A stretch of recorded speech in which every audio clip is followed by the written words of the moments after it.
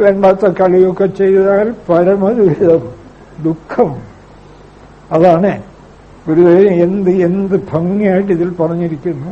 നവനവം, ഇന്നലെ, ഇന്നു, നാളെ, മറ്റേ ദിവസം, ഇതിങ്ങനെ ചിന്ത ചെയ്തിടാതെ അവിരതം എണ്ണി അളന്നിടുന്നതെല്ലാം. ചില ആളുകൾ അങ്ങനെ ദീർഘകാലത്തെ പ്ലാൻ ചെയ്യുകയാണ്. ഇവിടെ ഇരുന്ന് നമ്പ്യാരുടെ ഒരു ബ്രാഹ്മണന്റെ മനോരാജ്യമുണ്ട്. ഒരിടത്ത് ചെന്ന് ഇങ്ങനെ പണ്ട് ഈ ടെക്സ്റ്റ് ബുക്കിലൊക്കെ ഉണ്ടായിരുന്നു. ഒരു പൂജ നടത്തി ഒരു കുടം നിറയെ മലർപ്പൊടി കിട്ടി. ആ മലർപ്പൊടിയും തലയിൽ വെച്ചുകൊണ്ട് അയാൾ പോവുകയാണ്. അപ്പോൾ അയാൾ വഴിനീളെ ചിന്തിക്കുകയാണ്, ഈ മലർപ്പൊടി വിറ്റ് ഞാനൊരു പെണ്ണാടിനെ മേടിക്കും, പിന്നെ അങ്ങനെ ഒരു പശു മേടിക്കും, അത് വാങ്ങിക്കും, ഇത് വാങ്ങിക്കും എന്നൊക്കെ ചിന്തിച്ചുകൊണ്ടിരുന്നപ്പോൾ കല്യാണം കഴിക്കും. പക്ഷെ ഞാൻ ഇത് വരുമ്പോ ചിലപ്പോ എന്റെ ഭാര്യ എന്നെ എതിർത്തു എന്ന് വരും. ഞാൻ വിടില്ല, ഞാൻ അവർക്ക് നല്ല അടി കൊടുക്കും എന്ന് പറഞ്ഞ് കയ്യിലിരുന്ന് വടി ഓങ്ങി ഒരൊറ്റ അടി മൺകുടം അങ്ങ് തകർന്നു. ഇത് പണ്ടത്തെ 4ാം ക്ലാസ്സിലെ പാഠത്തിലുണ്ടായിരുന്ന ഒരു ബ്രാഹ്മണന്റെ മനോരാജ്യം. ഇന്ന് അതൊന്നും പുസ്തകത്തിലില്ല. ഇത്രയേ ഉള്ളൂ. കുളവും തകർന്നു, മലർപ്പൊടിയും തീർന്നു, എല്ലാം തീർന്നു, വീടും തീർന്നു, ആടും തീർന്നു, എല്ലാം തീർന്നു. നമ്മുടെയൊക്കെ സ്ഥിതി ഇന്ന് എത്ര കാഴ്ചകൾ, എത്ര സംഭവങ്ങൾ. ഗംഭീരമായിട്ട് പ്രൊജക്ട്സ് അങ്ങനെ ഭാവന ചെയ്യുകയാണ് എല്ലാവരും. സാമൂഹ്യ പരിഷ്കർത്താക്കളും കുടുംബനാഥന്മാരും നീണ്ട പ്രൊജക്ട്സ്. അങ്ങനെ ഇരിക്കുമ്പോഴാണ് ഈ ചില ആളുകളുണ്ടല്ലോ, നെഞ്ചുവേദന തുടങ്ങിയ ആളുകൾ വരിക. ഞാൻ ആരെയും നേരമ്പോക്ക് പറയുകയല്ലേ, ദയനീയമായ ചിത്രം. നേരെ മറിച്ച് ഈ സത്യം കൂടെ കൂട്ടിച്ചേർത്തിരുന്നെങ്കിൽ ഒരു നെഞ്ചുവേദനയും വരില്ല, ഒരു പ്രഷറും വരില്ല. എന്ന് പറഞ്ഞാൽ ടെൻഷനാണ്. ഈ പ്രൊജക്ട്സും ഈ കർമ്മപരിപാടികളും അവയോടുള്ള സംഘവും. എന്താ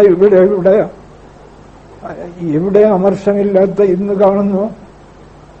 കോൺഗ്രസിലെ സ്ഥാനാർത്ഥി നിർണയം എല്ലാ ഗ്രൂപ്പുകളിലും കടുത്ത അമർഷം സൃഷ്ടിച്ചിരിക്കുന്നു. ഇപ്പൊ എന്താ ചെയ്യുക? കടുത്ത അമർഷം, ടെൻഷനാണ്. ചിലപ്പോൾ പലരും മരിച്ചു എന്ന് വരും. എന്താ, സ്ഥാനാർത്ഥിയാകാൻ പറ്റില്ല. സ്ഥാനാർത്ഥിയാകേണ്ടെന്നോ സ്ഥാനാർത്ഥിത്വം നിർണയിക്കേണ്ടെന്നോ അല്ല. അമർഷവും അസ്വാസ്ഥ്യവും ഇല്ലാതെ ചെയ്യൂ. ആർക്ക് കഴിയും? അവർ മിടുക്കന്മാർ, യാതൊരു സംശയവുമില്ല. നമ്മുടെ രാജർഷിമാരെ പോലെ ഗംഭീരമായിട്ട് രാജ്യം ഭരിക്കുന്നു, ജനകനെ പോലെ.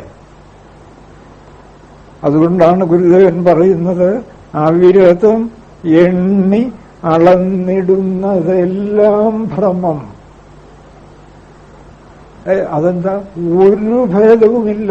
ഒക്കെ ഒരേ ബോധതത്വം, മറ്റതൊക്കെ നാമരൂപം. വെറും മായ,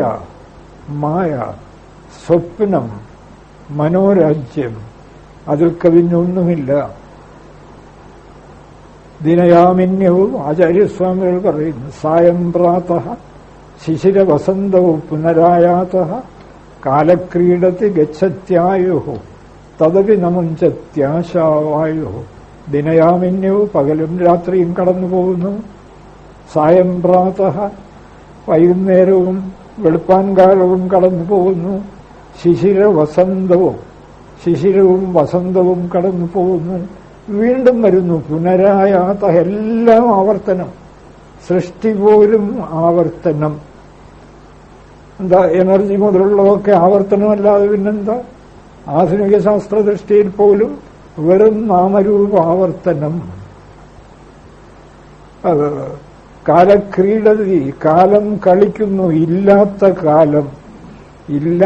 കാലം കളിക്കുന്നു. ഗച്ഛത്യായുഃ, ആയുസ് കടന്നു പോകുന്നു. ഞങ്ങൾ ഇപ്പം ഇന്ന് പറഞ്ഞ ഈ പരയുടെ പാല് നുകർന്ന ഭാഗ്യവാന്മാർക്കൊരു 10,000 ആണ്ടൊരല്പനേരം. അപ്പം ഞങ്ങൾ ഇന്ന് പറയുകയാണ്, ഇന്നലെ നമ്മുടെ ക്ലാസ് ഇതാ ഇപ്പൊ കഴിഞ്ഞല്ലേ ഉള്ളൂ, ക്രിക്കറ്റും ഒക്കെ കണ്ട് ഇന്നിപ്പോ വീണ്ടും ക്ലാസ്. ഇത് ഒരു നേരം പോക്ക് തന്നെയല്ലോ, ഇന്നലെ കഴിഞ്ഞങ്ങോട്ട് പോയതേ ഉള്ളൂ, വീണ്ടും നമ്മളെല്ലാം ഒരുമിച്ച് കൂടുന്നു ക്ലാസ്. അത് ഈ തത്വചിന്തയിലേക്ക് വന്നൊരു കാലമൊന്നും അറിയില്ല. അത് സന്തോഷം, അതിൽ കവിഞ്ഞെന്താണ്? അതുകൊണ്ട് തീർത്തു പറയുകയാണ്, ഒരു ഭേദവുമില്ല, അറിഞ്ഞിടേണം. ഇവിടെ ഒരു ഭേദവുമില്ല. ഗുരുദേവൻ എത്ര എത്ര പ്രാവശ്യം ഇത് ആവർത്തിച്ച് പറയുന്നു. അതുകൊണ്ട് എന്തു വേണം? സമയെ ആശ്രയിച്ചുകൊണ്ട് സകലതും ബ്രഹ്മം. ഇത് ബ്രഹ്മം, അത് ബ്രഹ്മം. പൂർണ്ണമത പൂർണ്ണമിതം. ഇത് രാപകൽ ഉരുവിട്ട് ജീവിതം നയിക്കൂ. അറിവിനെ വിട്ടഥ ഞാനുമില്ല. എല്ലാം ബോധമാണോ ഗുരുദേവ? അതെ, എല്ലാം ബോധം. അപ്പൊ ബോധത്തെ വിട്ട് ഞാനുണ്ടോ? ഇല്ല. നിങ്ങളും ഞാനും ബോധം തന്നെ. അഹം ബ്രഹ്മാസ്മി. ഇതല്ലേ മഹാവാക്യം? ഞാൻ ബ്രഹ്മമാണ്. സംശയം എന്താണ് അക്കാര്യത്തിൽ? ബോധമില്ലെങ്കിൽ എന്ത് ഞാൻ? അറിവിനെ വിട്ടത ഞാനുമില്ല. എന്നെ പിരിവിലില്ല അറിവും. ഞാൻ പോയാൽ പിന്നെ ഏതറിവ്? ബ്രഹ്മത്തെപ്പോലും സാക്ഷാത്കരിക്കേണ്ടത് ഞാനാണ്. ഞാനില്ലെങ്കിൽ ഞാൻ തന്നെയാണ് ബ്രഹ്മമായി മാറേണ്ടത്. ഞാനില്ലാതായാൽ പിന്നെ ഒന്നുമില്ല. ഞാനില്ലാതാവുക എന്ന് വെച്ചാൽ ബ്രഹ്മമില്ലാതാവുക എന്നാണ് അർത്ഥം. ഞാനില്ലാതാവുക എന്ന് വെച്ചാൽ ബ്രഹ്മമില്ലാതാവുക. അറിവിനെ വിട്ടത ഞാനുമില്ല. എന്നെ പിരിവിലില്ല അറിവും. പിന്നെ പ്രകാശമാത്രം. ഞാനും അറിവും ബോധവും. ബോധം മാത്രമല്ല, എല്ലാ അറിവും. പ്രപഞ്ചത്തെക്കുറിച്ചുള്ള അറിവ് പോലും പ്രകാശമാത്രം. പ്രകാശം എന്ന് പറഞ്ഞാൽ ഇവിടെ അർത്ഥം ഉണ്ട് എന്ന അനുഭവം മാത്രം. അല്ല സൂര്യനോ ഈ ഇലക്ട്രിക് ലൈറ്റോ പ്രകാശിക്കുമ്പോഴുള്ള പ്രകാശമല്ല. ഗുരുദേവൻ തന്നെ അദ്വൈത ദീപികയിൽ പറയുമല്ലോ, അസ്ഥി അസ്ഥി എന്ന് സകലോപരി നിൽപ്പതൊന്നേ സത്യം. കഠോപനിഷത്ത് തീർത്തു പറയും, ഉണ്ട് എന്നനുഭവിച്ചുകൊണ്ട് ഒരു മാറ്റവുമില്ലാതെ എവിടെയും പ്രകടമാകുന്ന ആ വസ്തു മാത്രമാണ് സത്യം. കഠോപനിഷത്ത് പറയും, പരമസത്യത്തെ കണ്ണുകൊണ്ട് കാണാനൊക്കെയില്ല, കാതുകൊണ്ട് കേൾക്കാനൊക്കെയില്ല. എന്തിനു കാണണം? ഉണ്ട് എന്ന അനുഭവത്തിൽ അന്വേഷിക്കൂ സത്യത്തെ. നിങ്ങൾക്കെല്ലാവർക്കും ഉണ്ടല്ലോ അനുഭവം. ഉണ്ട് എന്ന അനുഭവമില്ലാത്ത ഏതെങ്കിലും ജീവി ഈ ലോകത്തുണ്ടോ? ആ ഉണ്ട് എന്ന അനുഭവത്തിൽ എന്താണ് ഇരിക്കുന്നത്? അതിനെ അന്വേഷിക്കൂ. അതാണ് ബോധം, അതാണ് ബ്രഹ്മം, അതാണ് സത്ത്. സത്ത് എന്ന് പറഞ്ഞാൽ ഉണ്ട് എന്ന അനുഭവം, ഉണ്മയുടെ അനുഭവമാണ് സത്ത്. നമ്മിലൊക്കെ ഉണ്ട്. വാസ്തവത്തിൽ എനിക്ക് ചിലപ്പോ ഈ ബ്രഹ്മത്തോടൊരു സഹതാപം തന്നെ തോന്നാറുണ്ട്. എന്താ, നേരം വെളുത്ത് ഇരുട്ടുന്നത് വരെ അടുക്കളയിലായാലും യുദ്ധക്കളത്തിലായാലും ഉള്ളിലിരുന്നുകൊണ്ട് പറയുകയാണ് ഞാനുണ്ട്. ഓരോരുത്ത മനുഷ്യർ തിരിഞ്ഞു നോക്കാനില്ല, വളരെ അപൂർവം. ഉള്ളിലിരുന്നുകൊണ്ട് ഞാനുണ്ട് എന്ന് പറഞ്ഞുകൊണ്ടിരിക്കുന്നത്. ഒന്ന് നോക്കാൻ ആർക്കും മനസ്സില്ല. ഒന്ന് നോക്കിയാൽ ആ ഞാനിനെ എന്തിനിങ്ങനെ കളങ്ക പങ്കിലമാക്കുന്നു? ഭേദചിന്ത, രാഗദ്വേഷം, മതമാത്സര്യം, ദുഃഖം മുഴുവൻ അതാണ്. വേറെ ഇവിടെ ഒരു ദുഃഖവുമില്ല.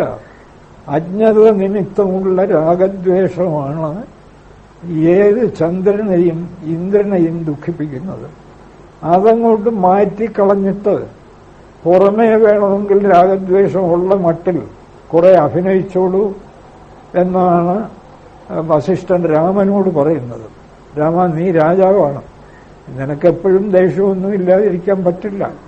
അതുകൊണ്ട് ബഹികൃത്രിമ സംരംഭവും പുറത്ത് ദേഷ്യം അഭിനയിച്ചോളൂ. പക്ഷെ അപ്പോഴും ഉള്ളിൽ ആര് ദേഷ്യപ്പെടുന്നു? ആരെ ദേഷ്യപ്പെടുന്നു? ബ്രഹ്മം ബ്രഹ്മത്തെ ദേഷ്യപ്പെടുന്നു എന്ന് ചിന്തിച്ച് ചിരിച്ചോളൂ. കാരണം അങ്ങനെയുള്ളവരുടെ ദേഷ്യപ്പെടൽ ആർക്കും ദുഃഖമുണ്ടാക്കാനായിരിക്കില്ല. ആരെയും സന്മാർഗ സുഖിപ്പിക്കാൻ വേണ്ടിയുള്ളതായിരിക്കും. അപ്പൊ ബഹികൃത്രിമ സംരംഭോ ഹൃദി സംരംഭവർജിത.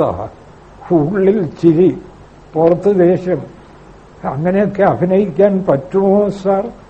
ഇതിനേക്കാൾ ഗംഭീരമായിട്ട് അഭിനയിക്കുന്നുണ്ട്. ഉള്ളിൽ കടുത്ത വിദ്വേഷം ഇവൻ തൊലയണം, പുറത്ത് നല്ല ചിരി, ചായ വേണോ?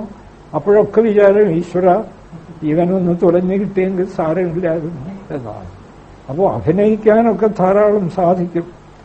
സത്യം അറിഞ്ഞുകൊണ്ട് അഭിനയിക്കുക, ഒരു ദോഷവുമില്ല. ആ അഭിനയം ആർക്കും ദോഷകരമാവില്ല, വ്യവഹാരത്തിൽ പോലും. അതാണ് വസിഷ്ഠനും മറ്റും രാമനോട് പറയുന്നത്. അറിവിനെ വിട്ടത ഞാനുമില്ല, എന്നെ പിരിവിലില്ല അറിവും പ്രകാശമാത്രം സ്വയം പ്രകാശം. ബോധം അഥവാ ആത്മാവ് സ്വയം പ്രകാശം എന്ന് പറയുന്നതിനർത്ഥം സ്വയം ഉണ്ട് എന്നനുഭവിക്കുന്ന ഒരൊറ്റ വസ്തുവേ ഉള്ളൂ ഈ പ്രപഞ്ചത്തിൽ, ബോധം.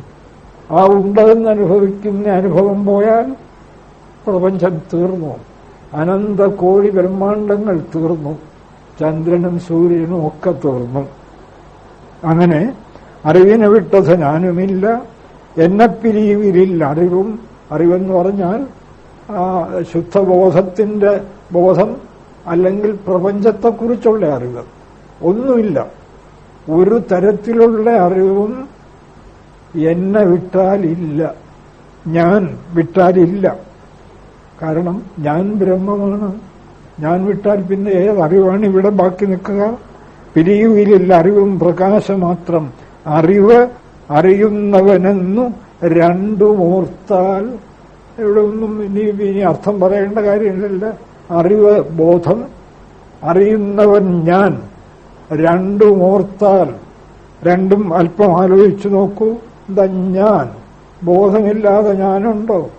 ഞാനില്ലാതെ ബോധമുണ്ടോ? ബോധം എവിടെയും ഞാനുണ്ട് എന്നനുഭവിക്കുന്ന വസ്തുവാണ്. അപ്പൊ ഞാനില്ലാതെ ബോധവുമില്ല, ബോധമില്ലാതെ ഞാനുമില്ല. അതായത് ബ്രഹ്മം ഇല്ലാതെ ജീവനില്ല, ജീവനില്ലാതെ ബ്രഹ്മവുമില്ല. ജീവൻ ബ്രഹ്മമാണ്, അതില്ലെന്ന് വന്നാൽ ബ്രഹ്മം തന്നെ ഇല്ലാതായിപ്പോകും. അറിവ് അറിയുന്നവനെന്നു രണ്ടും ഓർത്താൽ സംശയിക്കേണ്ട. ഇവിടെ ചോദിക്കുമ്പോൾ ജീവഭാവം പോയാലേ ബ്രഹ്മാനുഭവം കിട്ടൂന്നൊക്കെ പറയുന്നതോ സാർ? അതൊക്കെ ശരി. ബ്രഹ്മത്തിന് ജഡവുമായി ബന്ധം വന്നപ്പോഴാണ് ബ്രഹ്മം ജീവനെന്ന് തോന്നിയത്. ആ ജഡബോധം വിട്ടാൽ ജീവത്വം പോവും. ജീവനിൽ പണ്ടേയുള്ള ബ്രഹ്മത്വം ഒരിടത്തും പോവില്ല. എന്നുവെച്ചാൽ ബോധസ്ഥിതി ഒരു സ്ഥലത്തും പോവില്ല. കാരണം അതൊക്കെ പെട്ടെന്ന് തെറ്റിദ്ധരിക്കരുത്. ജീവനും ബ്രഹ്മവും ഒന്നാണോ സാർ? ജീവത്വം പോയാലേ ബ്രഹ്മത്വം കിട്ടൂ. തീർച്ചയായിട്ടും ജീവത്വം പോയാലേ കിട്ടൂ. ജഡമില്ലെന്ന് ബോധ്യമായാലേ ജഡബന്ധം കൊണ്ടുണ്ടെന്ന് തോന്നിയ മായാഭ്രമം മാറിക്കിട്ടൂ. അപ്പൊ ജീവത്വം പോകും, പണ്ടേ ഉള്ള ബ്രഹ്മത്വം തെളിയും. അല്ലാതെ ഇല്ലാത്ത ബ്രഹ്മത്വമല്ല. അറിവ് അറിയുന്നവനെന്നു രണ്ടുമോർത്താൽ ഒരു പൊരുൾ. ഗുരുദേവന്റെ ഇത്തരം പ്രഖ്യാപനങ്ങളിലൊന്നും സംശയത്തിന്റെ കണിക പോലുമില്ല. എന്ന് പറഞ്ഞാൽ നമ്മൾ എന്തു വേണം? ഒരു വിട്ടുവീഴ്ചയുമില്ലാതെ ഗുരുദേവൻ പറഞ്ഞ സമയെ ആശ്രയിച്ച് എല്ലാം ബ്രഹ്മം എന്ന് ഉള്ളുകൊണ്ട് രഹസ്യമായിട്ടെങ്കിലും രാപകൽ ഭാവന ചെയ്തുറപ്പിക്കണം. ആ ഭാവന നചായുക്തസ്യ ഭാവന. സത്യം ബുദ്ധിക്ക് തെളിയാത്ത ആളിന് എല്ലാം ബ്രഹ്മം എന്ന ഭാവന സാധ്യമാവില്ല. അന്ന് അഭാവയത ശാന്തി. ബ്രഹ്മഭാവം ഭാവന ചെയ്യാത്തയാളിന് ശാന്തിയില്ല. ആരായാലും നാഭാവയത ശാന്തി അശാന്തസ്യ കുതസുഖം. ഏത് ചക്രവർത്തിയായാലും അശാന്തൻ എന്ത് സുഖമാണ്. അതുകൊണ്ട് അറിവ് രണ്ടും ഓർത്താൽ ഒരു പൊരുളാകാം എന്നൊന്നുമല്ല. ഒരു പൊരുൾ, സംശയമില്ല, ഒരു പൊരുളാം. അല്ല ഗുരുദേവ, അതിൽ ഇന്നാരിങ്ങനെ പറഞ്ഞിട്ടുണ്ടല്ലോ, മറ്റേ ആൾ മറ്റേ തരത്തിൽ പറയുന്നല്ലോ, അപ്പൊ എന്തെങ്കിലും ഒരു ഭേദം വരാമോ?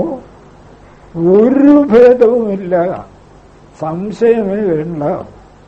ആരെങ്കിലും ഭേദമുണ്ടെന്ന് പറയുന്നെങ്കിൽ അവർക്ക് സത്യം പിടികിട്ടിയിട്ടില്ല. നമുക്ക് തന്നെ യുക്തി കൊണ്ട് ചിന്തിച്ച് ഉറപ്പിക്കാവുന്നതേ ഉള്ളൂ. ബോധം ജീവനും ബ്രഹ്മവും സകല ജീവജാലങ്ങളും ബോധം. അതിലെന്താ ഭേദം? ജീവനും ബോധത്തിനും തമ്മിൽ എന്താ ഭേദം? ഒരു പൊരുളല്ല, ഒരു പൊരുളാം. അതിലില്ല വാദം ഏതും. ആരെങ്കിലും വാദിക്കാൻ വന്നാൽ അവരോട് വാദിക്കാനൊന്നും പോണ്ട. നിങ്ങളുടെ പാട് നോക്കൂ, ഇതിലൊരു വാദവും ഞങ്ങൾക്കില്ല എന്ന് പറഞ്ഞ് അവരെ പറഞ്ഞയച്ചേക്കണം. അറിവിനെ വിട്ടത് ഞാനുമില്ല, എന്നെ പിരിയുകിൽ അറിവും പ്രകാശമാത്രം. ഇങ്ങനെയുള്ള ചില പദങ്ങളാണ് പ്രത്യേകം ഓർമ്മിക്കേണ്ടത്. പ്രകാശം എന്ന് വെച്ചാൽ ഉണ്മയുടെ അനുഭവം. ഉണ്ട് എന്ന രാപകൽ അനുഭവം, ആ അനുഭവമാണ് സത്യം. ഉണ്ട് എന്ന അനുഭവമാണ് സത്യം. അറിയുന്നവൻ എന്ന് രണ്ടും ഓർത്താൽ, അത് വിചാരം ചെയ്ത് ഉറപ്പിക്കണം. അതാണ് ഗുരുദേവൻ കൂടെ ഓർത്താൽ തിരഞ്ഞു തേറിടേണം. വിചാരം ചെയ്ത്, ശാസ്ത്രീയമായി വിചാരം ചെയ്തുറപ്പിക്കണം. ഒരു പൊരുളാം, അതിലില്ല വാദം ഏതും.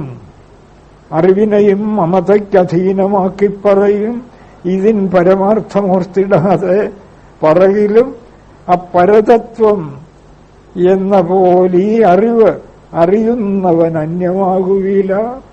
ചിലര് എന്റെ ബോധം എന്ന് പറയാറുണ്ട്.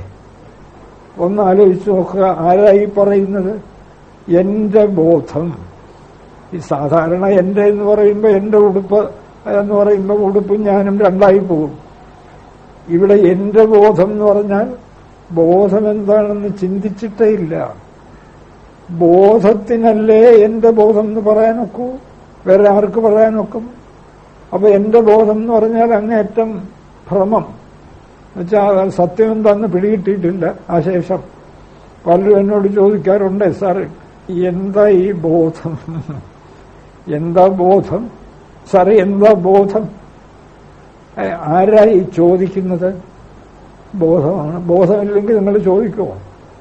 ബോധമാണ് ഈ ചോദിക്കുന്നത്, എന്താ ബോധം? എന്നിട്ടും സംശയം. വിദ്യാരണ്യസ്വാമികൾ പറയും, ബോധമില്ല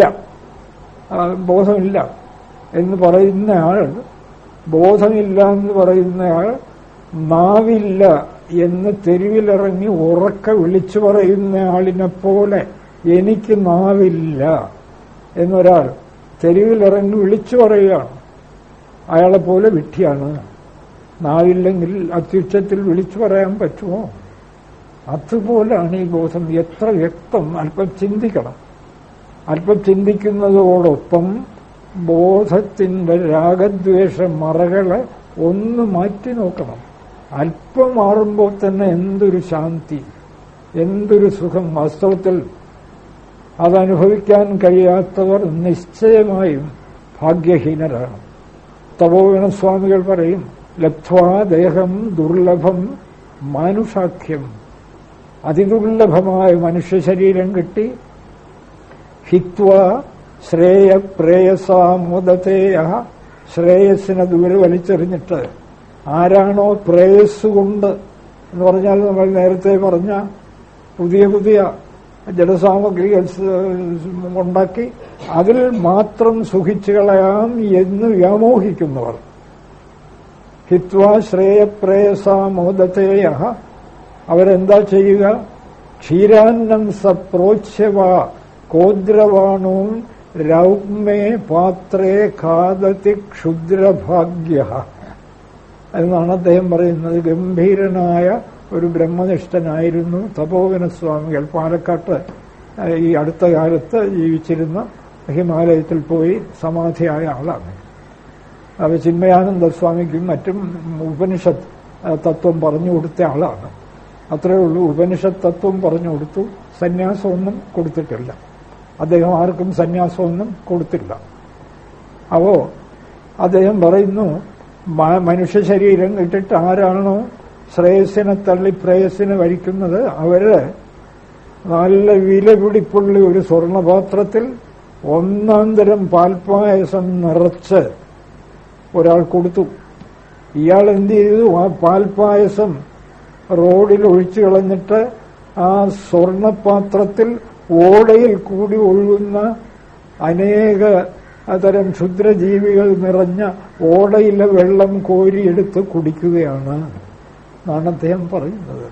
ക്ഷീരാന്നം സ പ്രോച്ഛവ, നിറഞ്ഞിരിക്കുന്ന പാൽപ്പായസം ഉപേക്ഷിച്ചിട്ട് കോദ്രവാണൂൻ, ഇത് പലതരം അണുക്കളും മറ്റും നിറഞ്ഞ ഓടയിലെ വെള്ളം, കോദ്രവാണും രൗഗ്മേ പാത്രേ, നല്ല സ്വർണപാത്രത്തിൽ ഖാദതി ക്ഷുദ്രഭാഗ്യ. അദ്ദേഹം അങ്ങനെയുള്ള ആളിനെ വിളിക്കുന്നത് ക്ഷുദ്രഭാഗ്യൻ. ഭാഗ്യം കിട്ടി, പക്ഷെ അത് അല്പം ശ്രദ്ധയോടെ ഉപയോഗിക്കാൻ കൂട്ടാക്കുന്നില്ല. അതാണ് പറയിലും അപരതത്വം അറിവിനെയും മമതയ്ക്കധീനമാക്കി പറയും. അറിയാൻ വയ്യാത്തവർ എന്റെ ബോധം എന്നൊക്കെ പറയും. ഇതിൻ പരമാർത്ഥമൂർത്തിടാതെ ഏതിന്റെ അറിയുന്നവനും അറിവും ഒന്നാണെന്നുള്ള പരമാർത്ഥം വിചിന്തനം ചെയ്തറിയാതെ, ഇതിൻ പരമാർത്ഥം ഈ പരമസത്യത്തിന്റെ യാഥാർത്ഥ്യം ഗ്രഹിക്കാതെ, എല്ലാം അതാണ്, എല്ലാം കാണുന്നതൊക്കെ അതല്ലാതെ ഇവിടെ രണ്ടാമതൊന്നുമില്ല. പറകിലും ആ പരതത്വം, അങ്ങനെ എന്റെ ബോധം എന്നൊക്കെ പറയുന്നുണ്ടെങ്കിലും പറകിലും ആ പരതത്വം എന്ന പോലെ ഈ അറിവ്, ആ പരതത്വം എന്ന പോലെ, പരമാത്മാവെന്ന പോലെ ഈ അറിവ്, ഇവിടെയുള്ള ഏതറിവും, ജഡത്തെക്കുറിച്ചുള്ള അറിവായാലും ശരി, ബോധത്തെക്കുറിച്ചുള്ള അറിവായാലും ശരി, ഒക്കെ പരമാത്മാവ്, പരതത്വം. എന്തുകൊണ്ട്? പരമാത്മാവല്ലാതെ മറ്റൊന്നും ഇല്ല. ഭ്രമം പോലും അന്തിമമായി വസ്തു. ഈ ലൗകികമായ അറിവൊക്കെ ഭ്രമമല്ലേ സാർ? അതെ, സത്യമറിയാത്തവർക്ക് ഭ്രമം, സത്യമറിയുന്നവർക്ക് ഭ്രമം പോലും വസ്തു. സത്യമറിയുന്നവർക്ക് മരുഭൂമിയിൽ ഒരുപക്ഷെ കാനൽ ജലത്തിന്റെ തോന്നൽ കണ്ടാലും അത് മരുഭൂമി, അവിടെ കാനൽ ജലമില്ല. കയറിൽ സർപ്പത്തിന്റെ തോന്നൽ കണ്ടാലും അത് കയറ്, സർപ്പം ഇല്ല. അതുകൊണ്ട് അറിവെന്ന പദത്തിന് ഏതറിവും പരമാത്മാവ്, ബ്രഹ്മം. ബ്രഹ്മമല്ലാതെ ഇവിടെ മറ്റൊന്നുമില്ല. അത് ഉറപ്പിക്കുക, അത് മനസ്സുകൊണ്ട് ഉറപ്പിക്കുക. ഇന്ന അറിവ് ബ്രഹ്മമല്ല, ആ അറിവ് ബ്രഹ്മം, അങ്ങനെ ഇവിടെ വിഭജിക്കാനേ സാധ്യമല്ല. വിഭജിക്കാനേ. അമീബയെക്കുറിച്ചുള്ള അറിവ് ബ്രഹ്മമല്ല, സൂര്യനെക്കുറിച്ചുള്ള അറിവ് ബ്രഹ്മം. അങ്ങനെ ഒരു പ്രശ്നമേ ഇല്ല. വിദ്യാരണ്യശാല ഗൗഡപാദാചാര്യർ പറയുമേ, സംഘാത സർവയവൈതയെ ആത്മമായാവിവർജിതാ ആധിക്യേ സർവസാമ്യേവ നോപപത്രിഹി വിദ്യത്തെ. എടോ, ഈ ജഡ ദൃശ്യങ്ങൾ മുഴുവൻ മായാദൃശ്യങ്ങളാണ്. അവിടെ അമീബ മോശം, സൂര്യൻ കേമൻ, അങ്ങനെ ഒരു പ്രശ്നമേ ഇല്ല. അവിടെ ആധിക്യേ സർവസാമ്യേവ, ഒന്ന് വലുത് ഒന്ന് ചെറുത്, എല്ലാം തുല്യം. ഒന്ന് എല്ലാം തുല്യം എന്ന് പറയുന്നത് പോലും തെറ്റ്. കാരണം എല്ലാം ഇല്ല, ഒരു വസ്തുവേ ഉള്ളൂ. പിന്നെ ഏതാ എല്ലാം തുല്യം? ആകെ ഇവിടെ ഒരു വസ്തുവേ ഉള്ളൂ. അതുകൊണ്ട് ആധിക്യേ സർവസാമ്യേ, അത് ചെറുത് ഇത് വലുത് എന്ന് പറയുകയോ എല്ലാം തുല്യം. സൂര്യനും അമീബയും തുല്യം. അങ്ങനെയില്ല. സൂര്യനും അമീബയും ബ്രഹ്മം. സൂര്യനുമില്ല, അമീബയുമില്ല. ആധിക്യേ സർവസാമ്യേവ നോ ഉപപത്തി. അതിലൊന്നും യുക്തിയില്ല. ഒരേ ബ്രഹ്മത്തിൽ മായ കൊണ്ട് തോന്നുന്ന ഭ്രമമെല്ലാം ബ്രഹ്മം തന്നെ. അതാണ് ഗുരുദേവൻ ഇവിടെ പറയുന്നത്. പറയും ഇതിന് പരമാർത്ഥമോർത്തിടാതെ പറയിലും അങ്ങനെ പറയുന്നുണ്ടെങ്കിൽ പോലും ആ പരതത്വമെന്ന പരമാത്മാവെന്ന പോലെ പരമാത്മദർശനത്തിൽ യാതൊരു ഭേദവുമില്ല. അതുപോലെ പ്രപഞ്ചം അറിയപ്പെട്ടുകൊണ്ടിരിക്കുമ്പോഴും ഒരു ഭേദവുമില്ല. അതാണ് ആ പരതത്വമെന്ന ഈ അറിയുന്നവൻ അന്യമാവുകയില്ല. ഇവിടുത്തെ ഒരറിവും അറിയുന്ന ബോധത്തിൽ നിന്നും ഭിന്നമല്ല. അറിവും അറിയുന്ന ബോധവും ഒന്ന്.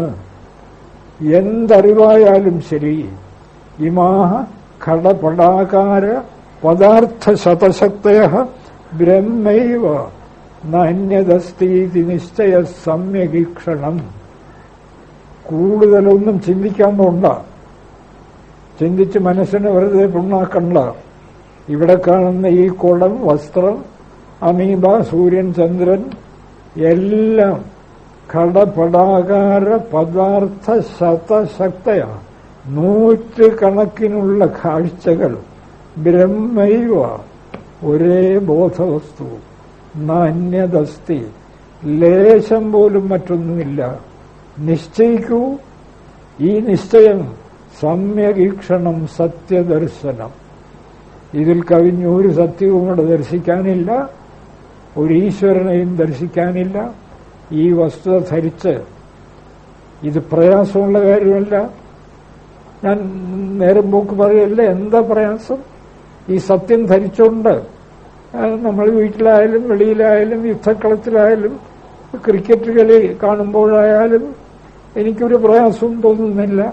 ഞങ്ങളിവിടെ ചിലപ്പോൾ ക്രിക്കറ്റൊക്കെ കാണാറുണ്ട്. ഒക്കെ ബ്രഹ്മം. അല്ലാതെ എന്താ ക്രിക്കറ്റ് ഗ്രൗണ്ടിലും ഈ കോലാഹലം ബ്രഹ്മമല്ലാതെ എന്തോന്നാണ് ഈ കോലാഹലമൊക്കെ കാണിക്കുന്നത്?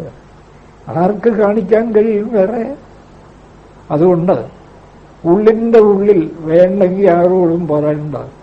നല്ല ഉറപ്പിച്ച് ഗംഭീരമായ സന്തോഷപ്രദമായ ശാന്തമായ ജീവിതം നയിക്കുക. ഉപനിഷത്ത് പറയും പോലെ എല്ലാം ബ്രഹ്മം. ശാന്ത ഉപാസിത. കോലാഹലമൊന്നും കാണിക്കണ്ട. ശാന്തമായി ആ ബ്രഹ്മത്തെ എവിടെയും കണ്ട് മനസ്സിനെ സന്തുഷ്ടമാക്കൂ. അതിനുള്ള കരുത്ത് ജഗദീശ്വരൻ നമുക്കൊക്കെ തന്ന